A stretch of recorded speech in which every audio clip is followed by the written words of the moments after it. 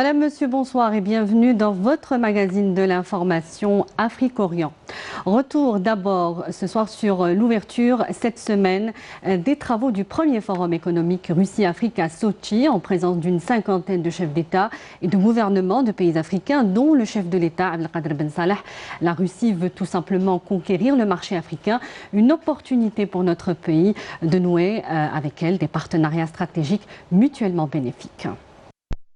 Elle se veut décisive et devrait marquer le grand retour de la Russie dans la région. La rencontre de Sotchi constitue un tournant historique dans les relations économiques entre la Fédération de Russie et les pays africains, sachant qu'il est désormais question de faire valoir le potentiel de coopération et de mettre en place des conditions favorables pour le développement des relations économiques et commerciales entre la Russie et l'Afrique. Le chef de l'État, Abdelkader Ben Salah, prend part aux travaux du Forum économique Russie-Afrique, premier du genre, aux côtés du président russe Vladimir Poutine et d'une cinquantaine de chefs d'État et de gouvernements africains, mais également des représentants des milieux d'affaires et des services publics russes, africains et internationaux. La participation de haut niveau de l'Algérie à l'événement démontre la volonté de faire avancer les intérêts du continent africain, mais aussi ses propres intérêts dans le cadre du respect des intérêts mutuels et le principe gagnant-gagnant. Cette participation réaffirme d'autre part la place qu'occupe l'Algérie en tant que puissance régionale. Une place et un rôle inhérents à sa vision et sa position sur les principales questions qui occupent le devant de la scène mondiale, mais également à sa position géostratégique et aux opportunités d'investissement qu'offre le marché algérien. La diversification des relations commerciales et économiques entre la Russie et les pays africains a été au centre des débats de ce premier forum économique russo-africain qui constitue une opportunité pour renforcer les liens tant politiques qu'économiques entre la Fédération de Russie et l'Afrique et par voie de conséquence entre la Russie et l'Algérie. À l'issue du forum, une série de contrats dans le domaine économique et commercial et en matière d'investissement devraient être signés. Par ailleurs, une exposition d'opérateurs économiques sera organisée pour mettre en exergue les potentiels du progrès économique, scientifique, écologique et culturel pouvant être au centre des intérêts de la coopération commune visée. Pour rappel, ce sommet est consacré à l'évaluation globale des voies et moyens et les perspectives de partenariat, outre l'activation des mécanismes de coopération dans divers domaines entre les pays africains et la Russie, avec qui l'Algérie entretient des relations historiques et stratégiques. La Russie a donc déjà signé hier des accords avec 3 pays africains en matière de prospection de matières premières, un accord avec le Rwanda et des protocoles d'entente avec le Soudan du Sud et la Guinée équatoriale. Le nouveau président tunisien Kais Saïed a prêté serment ce mercredi au cours d'une séance extraordinaire de l'Assemblée des représentants du peuple. Il devient ainsi le 8e président de la République tunisienne depuis son indépendance en 1956 et le 2e élu au suffrage universel après Beji Caïd Sebsi, décédé le 25 juillet dernier. Le nouveau président de la République tunisienne, Kais Saïed, a prêté serment mercredi au Bardo au cours d'une séance extraordinaire de l'Assemblée des représentants du peuple. Kais Saïed, 61 ans, a été élu nouveau président de la Tunisie avec 72,71% des voix devançant très largement l'homme d'affaires Nabil Karoui, né le 22 février 1958 dans une famille originaire de Benekhiar sur la côte Est. Kais Saïed a grandi à Rades, banlieue de la classe moyenne. Dans le sud de Tunis, il a fait toutes ses études dans l'enseignement public tunisien.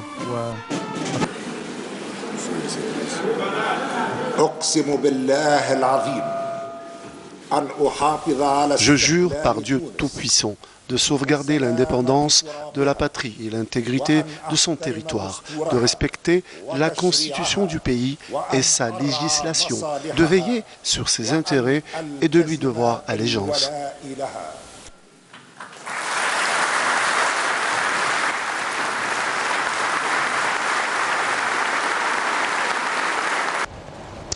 C'est une percée diplomatique importante qui pourrait circonscrire le conflit entre la Turquie et les Kurdes de Syrie. Les présidents turcs et russes ont conclu cette semaine un accord au terme duquel Moscou doit gérer le retrait des milices de la milice kurde, des unités de protection du peuple des zones qu'elle contrôle à la frontière turque. Recep Tayyip Erdogan a qualifié cet accord d'historique lors d'une réunion avec son homologue russe Vladimir Poutine.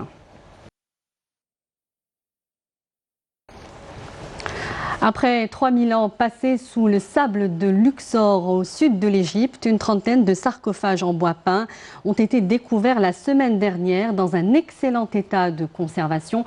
Une rare découverte d'objets antiques qui plus est faite par une équipe d'archéologues égyptiens.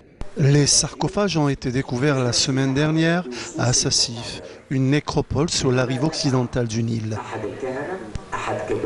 Les récentes fouilles ont révélé des cachettes de prêtres. Les 30 pièces en bois peint qui ont servi de cercueil pour des hommes, des femmes et des enfants ont été trouvées à 1 mètre sous terre, empilées les unes sur les autres en 2 rangées. Ces sarcophages appartiendraient à une importante famille de prêtres. Mustafa Waziri a souligné que les fouilles réalisées par les Occidentaux au XIXe siècle s'étaient concentrées sur les tombes de rois, tandis que les récentes fouilles égyptiennes ont révélé une cachette des prêtres. Les 30 objets retrouvés datent de la 12e dynastie, fondée il y a plus de 3000 ans, au Xe siècle avant Jésus-Christ. Sur un fond jaune, on distingue des touches de couleur rouge ou verte, ainsi que des traits noirs, des hiéroglyphes, diverses divinités égyptiennes, des oiseaux, des serpents ou encore des fleurs de lotus y sont aussi représentées. Depuis plusieurs années, les autorités égyptiennes annoncent régulièrement des découvertes archéologiques dans le but, entre autres, de relancer le tourisme.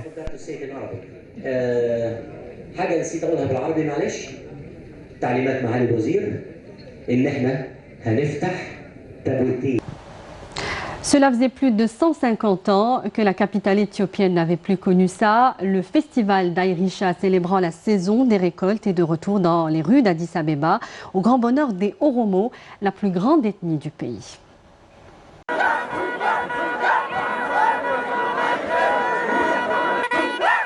La saison des récoltes, une période sacrée pour les Oromo d'Éthiopie.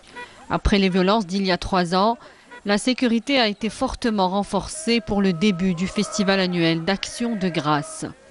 Des centaines de milliers de membres du groupe ethnique le plus important du pays sont venus le célébrer dans un climat serein. À Aïrisha, un festival unique où les hommes s'habillent en costume blanc traditionnel et vont danser, chanter et agiter des drapeaux dans les rues de la capitale. Notre Aïrisha, c'est un festival où nous recevons les réponses à nos prières, où nous nous réconcilions avec nos adversaires, où les malades sont guéris, où nous prions pour la pluie et pour l'unité et aussi pour une bonne vie. Cela faisait plus de 150 ans que les festivités avaient lieu à Bishoftu, une ville située à 40 km au sud d'Addis Abeba. Le rituel d'action de grâce consiste à toucher l'eau avec des fleurs jaunes et de l'herbe. Mais en 2016, le festival a été entaché de violence lorsqu'une ruée déclenchée par les affrontements entre la police et les manifestants a coûté la vie à plus de 50 personnes. C'est la terre où nos ancêtres ont été opprimés, leur identité leur a été enlevée et ils ont été forcés à ne plus parler leur langue. Mais ils n'ont pas laissé leur culture partir. Plutôt, nos grands-parents l'ont transmise à nos pères et nos pères nous l'ont transmise. C'est ce que nous célébrons aujourd'hui. Les Oromo, qui représentent environ 1/3 de la population éthiopienne de plus de 100 millions d'habitants, se considèrent comme marginalisés par des décennies de régimes autoritaires et des gouvernants appartenant à d'autres groupes ethniques plus petits. Depuis son arrivée au pouvoir en avril 2018, le Premier ministre, prix Nobel de la paix, a mené une stratégie de réconciliation via une série de réformes économiques et politiques radicales, notamment la restauration des relations avec l'Érythrée. L'Afrique veut en finir avec la maladie du sommeil. La Côte d'Ivoire est en passe de la circonscrire, une maladie grave qui peut mener à la folie, celui ou celle qu'elle atteint. Mais la vigilance doit rester de mise. Au XXe siècle, elle a provoqué des hécatombes. La maladie du sommeil, transmise par la mouche tsetse, est en passe d'être éliminée en Afrique, à condition de ne pas relâcher l'effort de lutte. Causée par un parasite, le trypanosome, qui donne son nom scientifique à la maladie, la trypanosomiase humaine africaine est mortelle si elle n'est pas diagnostiquée et traitée à temps. L'objectif pour la trypanosomiase humaine africaine, c'est l'atteinte de l'élimination à l'horizon 2020 en tant que problème de santé publique. Okay? Et par la suite, nous visons l'arrêt total de la transmission à l'horizon 2030. La maladie du sommeil épuise ceux qui en sont atteints. Après une phase de fièvre et de maux de tête, le malade dort le jour, mais plus la nuit. Il devient fou quand le cerveau est atteint, puis tombe dans le coma et décède dans quelques mois ou quelques années. Des équipes de l'IPR sillonnent régulièrement les campagnes ivoiriennes pour sensibiliser les populations et détecter les malades. La glossine, non scientifique de la mouche tsetse, vit en effet le long des marigots et dans les champs, s'épanouissant dans les zones humides et ombragées. Les paysans et leurs familles sont donc les premiers touchés.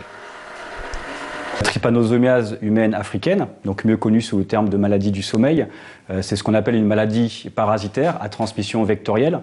Donc parasitaire parce qu'elle est due à un parasite qui s'appelle le trypanosome, et à transmission vectorielle parce qu'elle est due à cette mythique mouche tsetse, donc qui transmet le parasite d'un homme à un homme. Elle fait partie de ce groupe qu'on appelle les maladies tropicales négligées, qui touchent principalement les populations les plus vulnérables, soulevant aussi malheureusement les moins solvables, et qui donc ne suscitent pas beaucoup l'intérêt ni des bailleurs de fonds, ni de l'industrie pharmaceutique. Le traitement par injection ou par perfusion suivant le stade de la maladie, assez lourd, nécessite une hospitalisation d'une semaine à 10 jours. Il est gratuitement fourni par l'Organisation mondiale de la santé dans toute l'Afrique. Un traitement révolutionnaire avec un seul comprimé en prise unique est en phase de test. La Côte d'Ivoire est en pointe dans la lutte contre la trypanomiase avec seulement 8 cas détectés depuis 2015. Le pays vise l'arrêt de la transmission dès 2025. Sur l'ensemble de l'Afrique, seul continent où la maladie est présente, seulement 1000 cas de THA ont été recensés en 2018, un chiffre sans commune mesure avec le pic de 300 000 malades estimés par l'OMS dans les années 1990. L'OMS vise un arrêt total des infections d'ici 2030.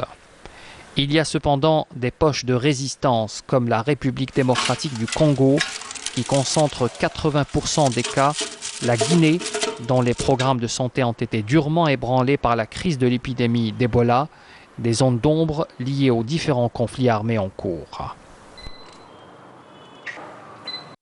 À Ouagadougou, l'afro-cubain fait toujours recette. La musique cubaine fait danser les Burkinabés partout dans le pays, surtout les sexagénaires et plus, des sonorités tirées de l'influence castriste et de l'époque des luttes pour les indépendances. Cuba, Burkina, Sankara, Ouaga, rumba, salsa, cha-cha-cha, la musique cubaine rime avec l'Afrique et à Ouagadougou, l'afro-cubain fait toujours recette sur fond de souvenirs et de politique. Les Burkinabés, c'est la musique cubaine, ça les fait rappeler les anciens temps, les temps de nos papas, de nos vieux et de nos anciens présidents, à son nom Thomas Sankara. Parce qu'il aimait trop les musiques cubaines, franchement, il aimait ça.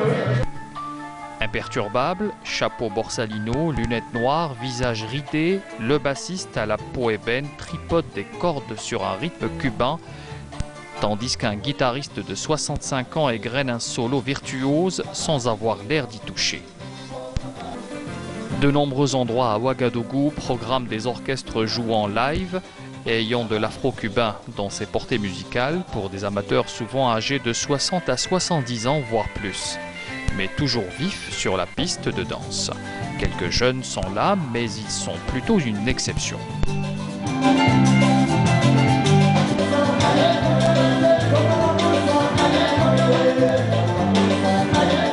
Donc le Cuba était un pays révolutionnaire. Il y avait même une collaboration entre lui entre le Burkina à l'époque et le Cuba. En son temps, il y a eu des Cubains qui sont venus, qui ont pris les orchestres cubains, ils sont venus ici. Peut-être que l'orchestre de Araguan est venu ici.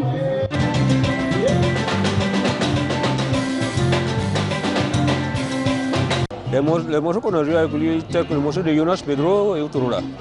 Voilà, bon, il y a des trucs cubains qu'on a créés ici, on mélangeait ça dedans. Et puis bon, on jouait, mais on avait notre fort, c'était dans la musique congolaise, la musique cubaine et la musique mandingue, c'est les Guinéens. La musique cubaine doit en partie son succès à la politique et au soft power cubain à l'époque des luttes pour les indépendances et les leaders anti-impérialistes qui ont suivi.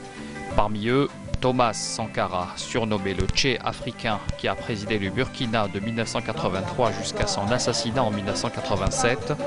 Panafricaniste, anti-impérialiste, Sankara, qui vivait chichement, a tenté d'éliminer la corruption et avait mis l'accent sur l'éducation et la santé tout en soutenant l'agriculture dans son pays.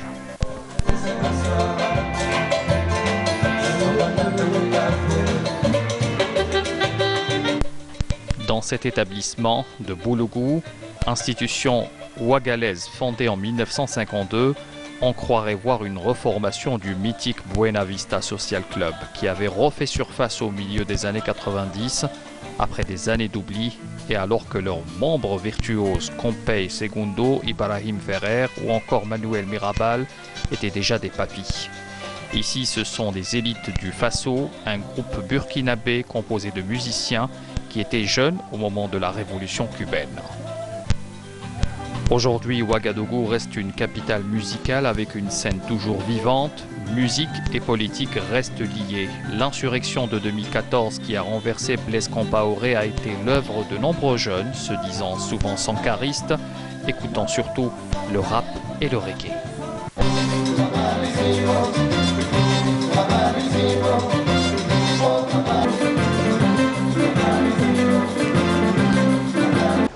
Et c'est la fin de ce magazine Afrique-Orient. J'aurai le plaisir de vous retrouver dès la semaine prochaine. Excellente suite des programmes sur notre chaîne. Bonsoir.